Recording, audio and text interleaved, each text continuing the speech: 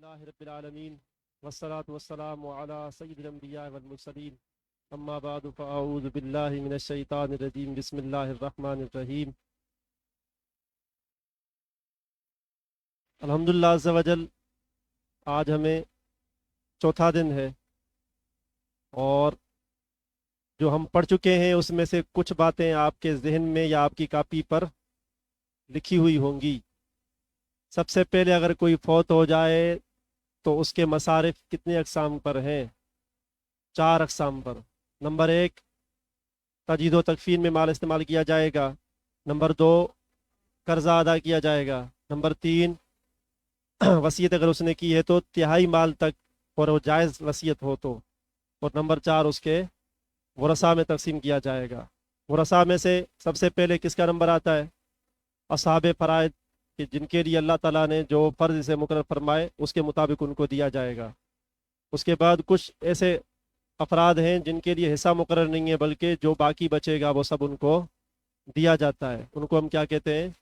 عصبہ ہم بھی کہتے ہیں، اور اصحاب فرائض یعنی ذوی الفروض یا علم و میراث والے بھی ان کو عصبہ کہتے ہیں۔ پھر عصبہ کی ہم نے اقسام پڑھی تھی، 3 اقسام تھی: اسباب نفسی ہی، اسباب غیری ہی، اور اسباب ما غیری ہی۔ تو ابھی تک جو ہم نے دکھایا، پڑھا یا یاد کیا یا سمجھا وہ سب وہ تھا جو ہمارے خاندان کے اعتبار سے تھا، یا جو فوت ہو جاتا ہے اس کے خاندان کے اعتبار سے۔ لیکن حساب کتاب کے حوالے سے ریاضی میں جانے سے پہلے کچھ چیزیں آپ کی عقل خود ہی تسلیم کرے گی کہ واقعی حساب کتاب کرنے کے لیے ہمیں کیا کرنا چاہیے۔ جیسے ہم نے آپ سے ایک مثال پوچھی تھی، اگر کوئی فوت ہو جائے، اس کا ایک بیٹا ہو اور ایک بیٹی ہو، تو ہم اس کے مال کے کتنے حصے کریں گے کہ ہم ان کو دے سکیں گے؟ 3 حصے کریں گے۔ یعنی ہمارے پاس جتنی بھی ملکیت ہوگی، اس میت کی جتنی ملکیت ہوگی اس ملکیت کے کتنے حصے کیے جائیں گے؟ 3 حصے کریں گے۔ تو یہ جو ہم 3 حصے کر رہے ہیں اس کو علم المیراث کی اصطلاح میں مخرج کہتے ہیں۔ کیا کہتے ہیں؟ مخرج یعنی نکلنے کی جگہ۔ تو لہذا جو ہم نے حصے دینے ہیں ان کو دینے کے لیے کوئی ایک ایسا عدد ہونا چاہیے جس سے ان کے حصے صحیح طرح سے نکل آئیں۔ اسی طرح سے اگر 2 بیٹے اور 1 بیٹی ہوتی تو پھر مخرج کیا بنے گا؟ 2 بیٹے اور 1 بیٹی تو 5 مخرج بنے گا، یا 5 سے مسئلہ بنے گا، یا اس میت کے مال کے کتنے حصے کیے جائیں گے؟ 5 حصے کیے جائیں گے۔ تو آٹومیٹکلی ہم ایک بیٹے کو 2، دوسرے بیٹے کو 2 اور بیٹی کو 1 حصہ دے دیں گے۔ تو جہاں پر صرف عصبہ ہوں وہاں تو مسئلہ بالکل آسان ہے کہ جیسے ہی مسئلہ آئے گا آپ ان کی صرف تعداد دیکھیں گے، مذکر کو ڈبل اور مونس کو سنگل دینے کے اعتبار سے جتنا عدد بنے گا وہ اس کا کیا بن جائے گا؟ مخرج بن جائے گا، یا وہ اس کا اصل مسئلہ بن جائے گا۔ لیکن مسئلہ تب شروع ہو جائے گا جب کسی کو آدھا دینا ہو، کسی کو چوتھائی حصہ دینا ہو، کسی کو 8واں حصہ دینا ہے۔ تو اب ہم اس ملکیت کے کتنے حصے کریں کہ ان کو آدھا، چوتھائی اور 8واں دے سکیں؟ اور کسی کو 2/3 ملتا ہے، کسی کو 1/3 ملتا ہے، اور کسی کو 6واں حصہ ملتا ہے۔ ابھی تک جو ہم نے پڑھا ہے تو قرآن پاک کے اندر جو حصے مقرر کیے گئے ہیں وہ صرف یہ 6 ہیں۔ کتنے ہیں؟ 6۔ یا تو آدھا ملتا ہے، کوئی ایک فرد بتا سکتا ہے کہ بھائی آدھا کس کو ملتا تھا؟ بیٹی کو بھی ملتا تھا۔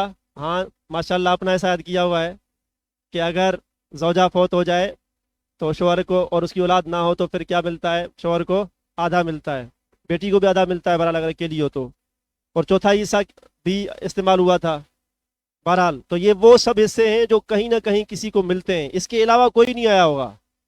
کسی کو بھی 5واں حصہ نہیں ملا، کسی کو بھی 7واں حصہ نہیں ملا۔ تو اب یہ جو 6 حصے ہیں ان کو دیکھ کر کچھ قواعد بنائے گئے ہیں کہ جب آپ کے پاس ان 6 میں سے یا تو کوئی ایک ہی حصہ ہوگا، یا یہ 2 مل کر آئیں گے، یا تینوں مل کر آئیں گے۔ یعنی کوئی فوت ہو جائے، صرف ایک ہی بیٹی ہے تو ہم کہیں گے اس کو آدھا دینا ہے، اور باقی آدھا یا تو پھر واپس اس کو دیا جاتا ہے، یا پھر اگر کوئی اور اسبا زندہ ہو جیسے چچا وغیرہ تو اس کو دیا جاتا ہے۔ تو مطلب یہ ہوا کہ جب آدھا دینا ہو تو ہمیں کل کتنا حصے کریں گے تو آدھا دے سکیں گے؟ 2 حصے کرنے پڑیں گے نا۔ کل مال کتنے حصے کرنے پڑیں گے؟ 2 حصے۔ کتنے؟ تب جا کر آدھا بن سکے گا نا۔ اگر دو ایسے بنیں گے نہیں تو آدھا آپ کیسے متعین کریں گے؟ اچھا چلو ٹھیک ہے، اگر کسی کو چوتھا حصہ دینا ہو صرف، جیسے شوہر ہے اور اس جو فوت ہو گئی ہے اس کی اولاد بھی ہے، تو شوہر کو چوتھا حصہ ملتا ہے، اور باقی جو اولاد ہے وہ بیٹے ہیں سمجھو، ان کو تو اسباب ملے گا، جو بچے گا ان کو دیا جائے گا، لیکن چوتھا حصہ ہی نکلنے کے لیے ہمیں کل مال کے کتنے حصے کرنے چاہیے کہ چوتھائی ہمیں مل جائے؟ 4 حصے کرنے پڑیں گے۔ کتنے؟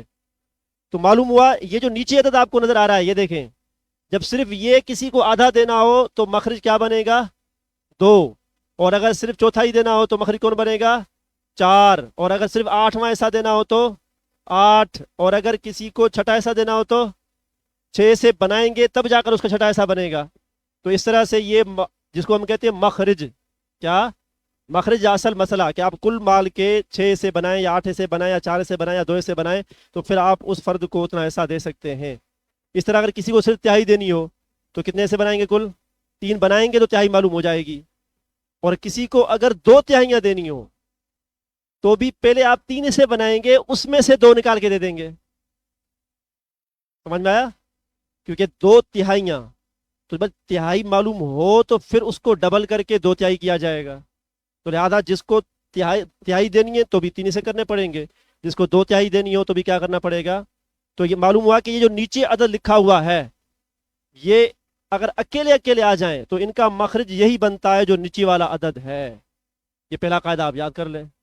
ویسے اس کے اندر پتہ نہیں کتنے قاعدے آ گئے، لیکن آپ کی خلاصے کے اعتبار سے یہ ہے کہ جب ہمارے پاس کوئی حصہ لکھا ہوگا تو اس کے نیچے جو لکھا ہوا ہوتا ہے یا بٹے میں 1/2 1/4 1/8، اس کے نیچے والا حصہ کیا بن جاتا ہے؟ اس کا مخرج بن جاتا ہے۔ یہ تب ہے جب کہ یہ اکیلے اکیلے آئیں۔ کیا؟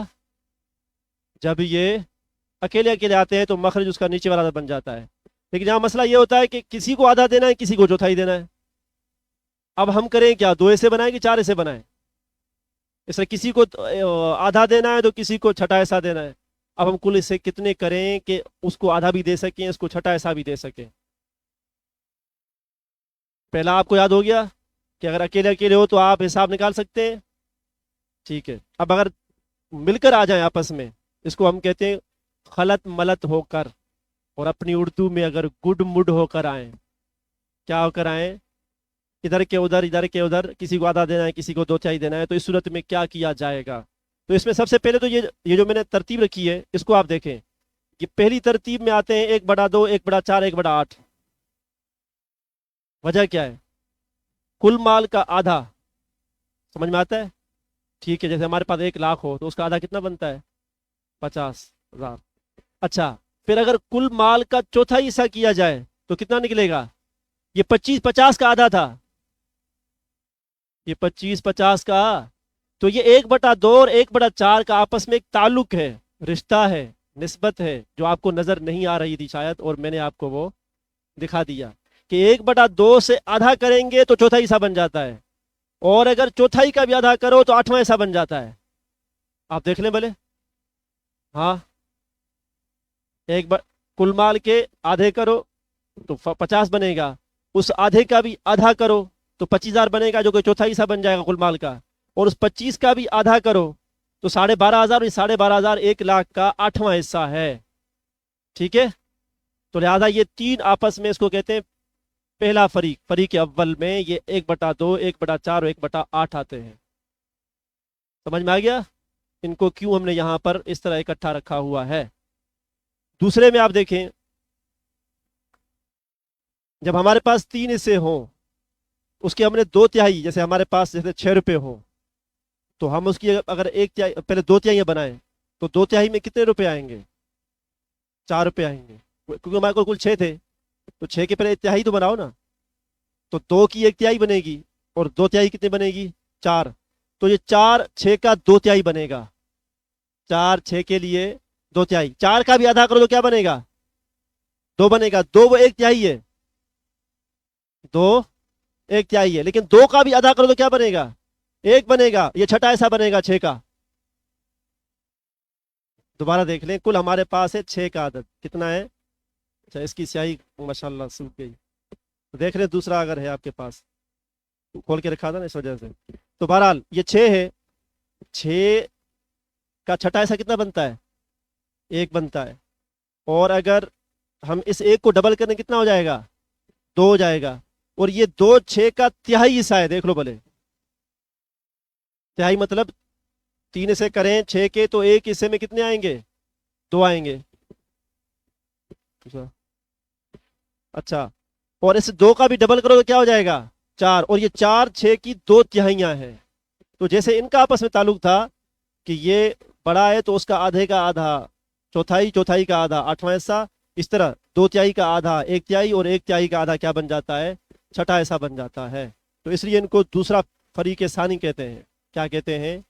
فریق ثانی. فریق اول، فریق ثانی. فریق اول میں آدھا، چوتھائی، 8واں آتا ہے، اور فریق ثانی میں 2 تہائی، 1 تہائی اور چھٹا حصہ آتا ہے.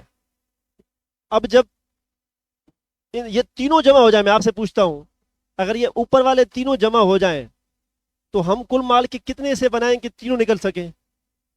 کیونکہ 8 بڑا ہے بھائی. اگر آپ 2 سے بناؤ گے آدھا تو کر لو گے، لیکن اس کا آپ 8واں حصہ کیسے بناؤ گے؟ لیکن بجائے اس کے اگر آپ نے 8 حصے بنا لیے ہوتے تو 8ویں کا 8واں بھی آ جائے گا 1، اور 8ویں کا چوتھا حصہ کتنا بنے گا؟ 2، وہ 2 بھی آ جائے گا 8ویں کا چوتھا حصہ. ٹھیک ہے، 2 آ جائے گا، اور 8ویں کا آدھا حصہ بھی نکل آئے گا. کتنے سے دیے جائیں گے؟ 4. تو معلوم ہوا کہ اگر یہ تینوں جمع ہو جائیں تو ہم مخرج کس کو بنائیں گے؟ 8 کو بنائیں گے. اچھا، اس کو چھوڑ دیں، اگر یہ دونوں جمع ہو جائیں 1/2 اور 1/4 تو 4 بنائیں گے. تو معلوم ہوا کہ ان میں جو بڑا نظر آ رہا ہے آپ کو وہ مخرج بن جائے گا، تو باقیوں کے حصے بھی آرام سے بن جائیں گے. نیچے بھی یہی چکر چلے گا کہ 2/3، 1/3 اور 1/6 یہ تینوں جمع ہو جائیں تو ہم کل مال کے کتنے حصے کریں کہ تینوں نکل آئیں گے؟ 6 سے. 6 سے چھٹا بھی آئے گا، تہائی بھی نکل آئے گا 2، اور 6 کا 2 تہائیاں 4 بھی نکل آئے گا. تو معلوم ہوا کہ اگر اوپر والے تینوں جمع ہو جائیں تو 8 ان کا باپ ہے، سردار ہے. 8 پر سب خاموش ہیں کہ ہاں ٹھیک ہے آپ 8 سے کریں، ہمارے سے بھی نکل آئیں گے. اور نیچے والوں میں کون ہے؟ 6. تو اس کا مطلب یہ ہوا کہ اگر یہ آپس میں جمع ہو جائیں تو بھی آسان ہے کہ ہم سمجھ جائیں گے کہ کس کا حصہ بنانا ہے، کس کو مخرج بنانا ہے. اور جب یہ جمع ہو جائیں تو بھی ہم نے سمجھ لیا کہ اس صورت میں جو بڑا ہوگا ہم اس کو بنا لیں گے. اچھا، یہ دونوں جمع ہو جائیں تو مسئلہ ہی نہیں ہے، اس کا بھی 3 ہے، اس کا بھی 3 ہے، تو لہٰذا 3 سے 2 تہائی ادھر چل جائے گی اور 1 تہائی اس کے پاس آ جائے گی. اب آخر میں یہ مسئلہ آتا ہے کہ کوئی یہاں سے ہو اور کوئی یہاں سے ہو، فریق اول سے بھی ہے اور فریق ثانی کا بھی جمع ہو گیا ہے، کسی کو دینا ہے آدھا تو کسی کو دینا ہے تہائی. اب ہم کیا کریں؟ تو اب آپ کو صرف 3 قاعدے کہو یا 3 لائنیں کہو یا 3 جملے کہو. 1/2 کہتا ہے کہ اگر میں ان تینوں کے ساتھ جمع ہو جاؤں یا کسی ایک کے ساتھ جمع ہو جاؤں، مخرج 6 بنا دو، ان تینوں کا کام بھی ہو جائے گا، میرا کام بھی ہو جائے گا. 1/2 اگر 2/3 کے ساتھ جمع ہو جائے، یا 1/3 کے ساتھ جمع ہو جائے، یا 1/6 کے ساتھ جمع ہو جائے، یا ان دونوں کے ساتھ جمع ہو جائے، برابر کسی ایک سے، بس فریق اول سے 1/2 ان تینوں میں سے کسی ایک یا سب کے ساتھ جمع ہو جائے تو مخرج کس کو بنائیں گے؟ 6 کو. تو 6 کے چھٹا بھی نکل آئے گا، 6 کا تہائی بھی نکل آئے گا، 6 کا 2 تہائی بھی نکل آئے گا، اور 6 کا آدھا بھی بن جاتا ہے. 6 کا آدھا کتنا ہوتا ہے؟ 3 ہوتا ہے، اور 6 کا چھٹا حصہ کتنا ہوتا ہے؟ 1. 6 کا 1 تہائی کتنا ہوتا ہے؟ 2. اور 6 کی 2 تہائی کتنی ہوتی ہیں؟ 4. تو 1/2 نے قاعدہ بنوا دیا کہ جب میں فریق دوسرے خاندان کے جمع ہو جاؤں، اگر میں کسی معاملے میں دوسرے فریق کے ساتھ جمع ہو جاؤں تو مخرج کیا بنے گا؟ 6 مخرج بنے گا. لہذا اس کا قاعدے کے تحت اس کا 6 ہو گیا. 4 نے کہا میں تم سے ڈبل ہوں.